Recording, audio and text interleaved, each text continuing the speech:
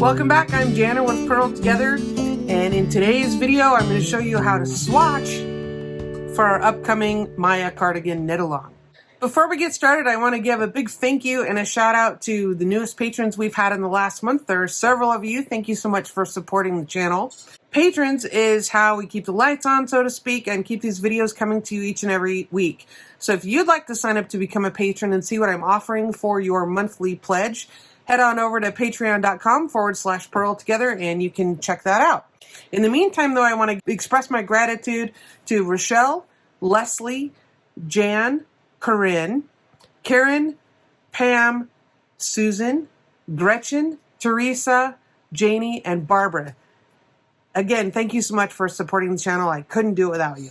All right, let's get started on that swatching. First, I want to say you really need to swatch. Now, a lot of people don't want to swatch because they think it's a waste of time and they think it's just a waste of yarn and knit time, but really it's not. Because what I want you to consider is that the gauge recommended by the designer on the pattern is 4.5 stitches per inch, or 18 stitches over 10 centimeters or 4 inches. So if you consider that you have a bust measurement of, I don't know, just for the sake of round numbers, let's say you have 40 inches here, going around your chest size, 40 inches. And let's say you're like off a little bit and you don't want to re-swatch and you're like, oh, it's not that big of a deal. It's only a half a stitch an inch. How, you know, it's not that big of a deal, whatever. I'm just going to live on the edge and I'm going to go for it. Here's what can happen. If you're off half a stitch per inch and you multiply that margin of error exponentially over the course of 40 inches, that problem is going to compound itself. So if you're off a half a stitch, let's say you have half a stitch too many, and instead of 4.5 stitches per inch, you have 5. Well, what can happen is then you're going to have a sweater that's going to be several inches too small in diameter, and it's not going to fit. And then you're going to be upset, and you're going to have to find a recipient or frog it, and then we have cranky knitters, and we don't want that. So the little motif that I did here is the center part of the sleeve, and it's a stitch repeat of 8. I'll get into that in the tutorial part. And then I added some stitches here to create some steeking section, because I knitted this in the round. You definitely want to knit in the round. This swatch is to be representative as if you took a cookie cutter and just took out a piece of your sweater.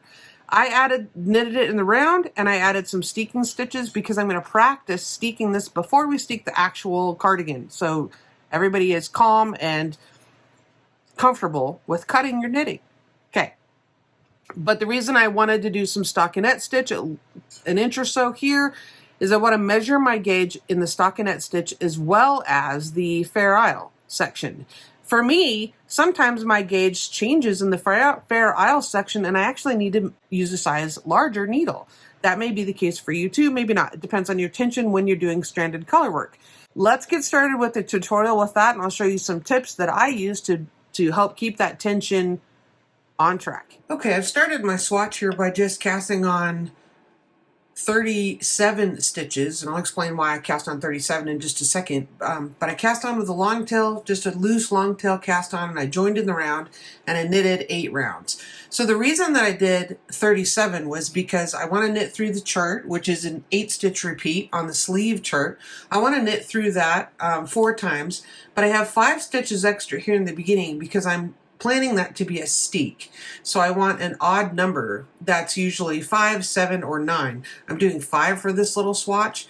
Now if you choose not to steek your swatch and you don't want to do that for practice later, you could just knit a speed swatch. And I'll put a link to a video down below about a speed swatch. And here's an example of that where I just cast on and I knitted through the entire sleeve chart.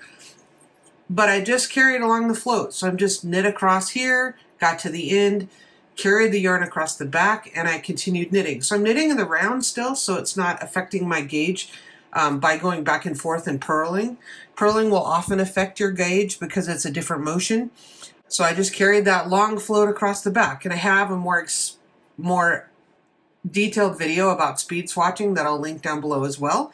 But this is handy. It's a good way to see if the colors that you've chosen work the way you want together, and it's just a good way to check your colors before you knit an entire sweater. I'm also just going to leave this because I can take it out if I want. I did block it. I washed it and blocked it. But still, I'll take, if I need the yarn, if I absolutely need it, then yeah, definitely I'll take it out. Otherwise, I will photograph it and save it for reference. So back to what we're doing here, though, is I'll show you what I'm going to do now with my swatch that I intend to use for steeking practice later.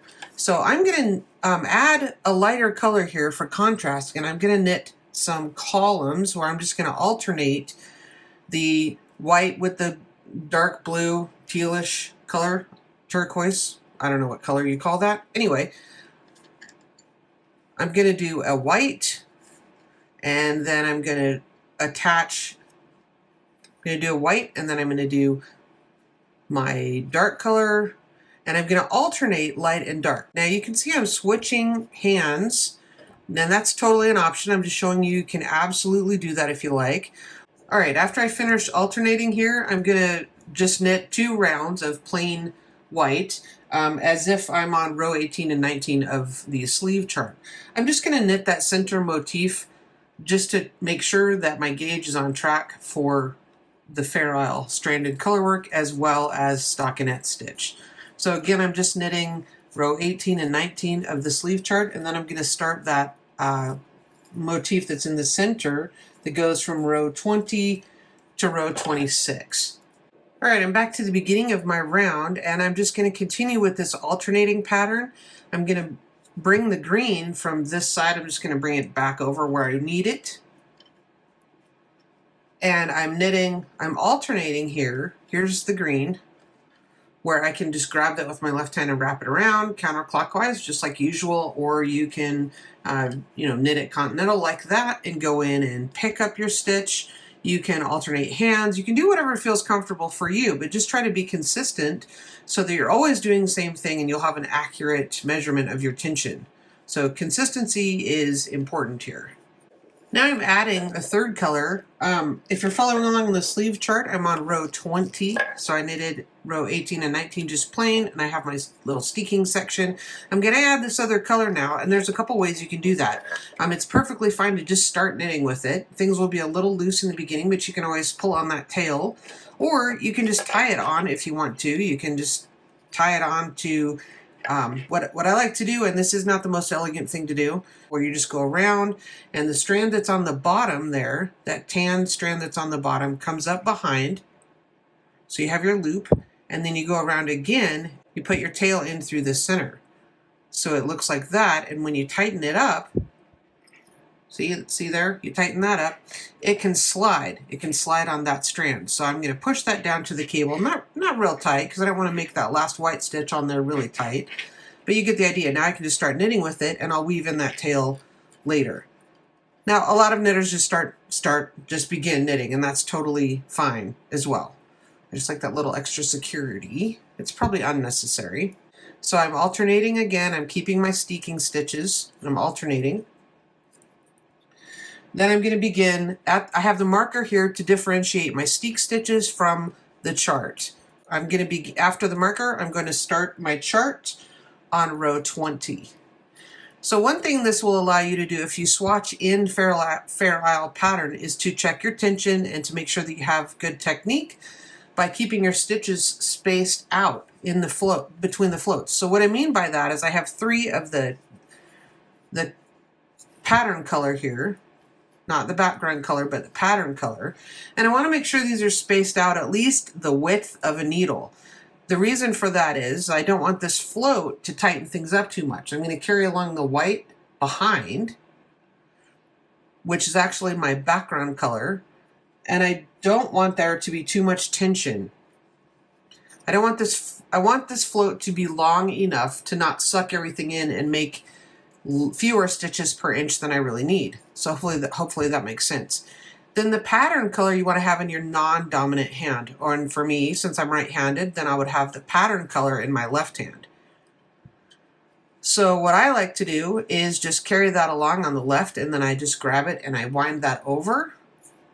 Then I'm going to knit 2 with my background color. And you'll see I have that pattern color around my pinky here. And I'm just going to go in And now I'm going to knit 3. So there's 1, 2, 3. And I'm making, again, I'm going to make sure these are spaced out well so that my float is long enough before I knit the next 2. So you can see that float is quite long, and that's okay. That's how I want it to be. I don't want it to be sloppy, but I don't want it to be too tight either. Now let me show you a little trick that I like to do when I have a magic loop and I have the juncture between the needles. This would also apply if you're using 2 circulars or double points. Anytime you have a junction between needles. Okay, when we turn the corner here, so to speak, with our needles, we have this float coming from a couple stitches back. I want to make sure that it's as close to the junction as I can. So what I should have done here is I'm going to take out this stitch here because I want to show you what you need to do on the last stitch. Now normally I know that you are fine carrying a float across, 3, 4, or sometimes even 5 stitches, that's fine. At the needle junction though, I want to make sure my float is long enough to go around the corner when I'm joining needles. And again, whether that's magic loop, 2 circulars, or double points. So what I'll do before I take this last stitch is I'll just take this contrasting pattern color and lay it over, just so that I tack it down at that corner when I do this last stitch. Wrap that like you're doing your stitch and bring this back down so that it's on top. So it's on top of that, and then do your stitch. Now what I've done is brought that forward to the junction of the needles. So I'm gonna go around the corner here, and I don't wanna mess up my pattern. I need 3 more of this tan color, and I need to be doing that in my left hand so I keep my proper tension. But the whole point of bringing that float to this last stitch was to lessen the distance going around the needle juncture. I hope that makes sense. Okay, we're going to do the same thing again. I'll show you this again. If I were to leave this white strand here and then go ahead and turn the corner and resume knitting on the other needle, what's going to happen is this float will be so long, it's going to go across these 3 last stitches here. This one's elongated, by the way, because I've pulled up the previous float, but that's easily fixable, so not to worry there. I'll show you about that. But anyway, I would knit across these 3 stitches here and then go around the corner and start knitting down this other needle. So to mitigate that and to make sure that this white float will be long enough, well, I'm going to go in as if to knit like normal. I'm going to wrap this stitch around as if I'm going to knit it, but I'm not. Then I'm going to go ahead and do my tan color and take this one back off and knit through. Okay, now I can go ahead and fix my tension with that elongated stitch, and that's just happening because of a float down here, so that's easily remedied by just giving that a little tug. And then I'm going to adjust my magic loop and shuffle things around. But the whole point of that was that then I have this white yarn ready to start knitting, and it's coming off, it's trapped with this float here at the end of this cable rather than back a ways. So that will help with some tension issues on your needle junctures. Okay, you can see I've pinned out my swatch and I've let it dry overnight, so now I am ready. I didn't stretch anything really, I just tried to make it square. And so now I'm ready to check it out and measure it. And you can see my steeking stitches here. So I'm gonna plan to actually cut that when it comes time. And you may have chosen to do that as well. So now I'm ready to measure. So if you have your handy gauge, I'm gonna measure the stockinette stitch. Let me move these out of the way better. I'm going to measure the stockinette stitch, and I'm also going to measure the Fair Isle gauge. Now, often I need to, just the way I knit in my personal tension, sometimes I need to size up my needle with the Fair Isle to get the same gauge as I do. And that's not uncommon because of, the floats and whatever. So I'm going to measure my Fair Isle gauge first, which is pretty easy with changing colors. So what you want to do is absolutely you want to pick a spot and measure more than just 1 inch because you want to be able to average. So there's 3 white ones, 4, 5, and about 5 1/4 stitches per inch. But because I have a fraction, I want to measure enough so that I can get out to a whole stitch, and then I'll do the dividing. Okay, so there's 3 white ones there. 4, 5, 6, 7, 8, 9.5. Now, I should have 18 for 4 inches in that case, which would be my goal. So actually what I'd prefer to do is get a ruler and measure this whole thing. So then I can divide accurately. So let's do that with my stockinette stitch as well. We'll count that. So you do that, you do yours as well. And if you find that you need to adjust and knit a second swatch, there's value in doing that. If you got gauge, that's great. You'd want to put a little string tag on here or a piece of paper, pin something on here that tells what the yarn is, what the needle size is, and that way you have this for your records. I'm going to hang on to this and I'm going to measure it more accurately when I can see better, not through the camera. And then I'm going to hang on to this because this is going to be my practice steeking, and we'll go over that after we're into knitting the sweater. When it comes time, we're going to practice with this piece first before we steek the actual sweater. All right, you learned a lot from doing your swatch. Maybe you need to knit another one, and if so, that's totally fine. You can frog this back if you need to, if you need the yarn to knit another one, or hopefully you have enough yarn you can go ahead and knit another one with the adjustments, however you need to do to get your correct gauge.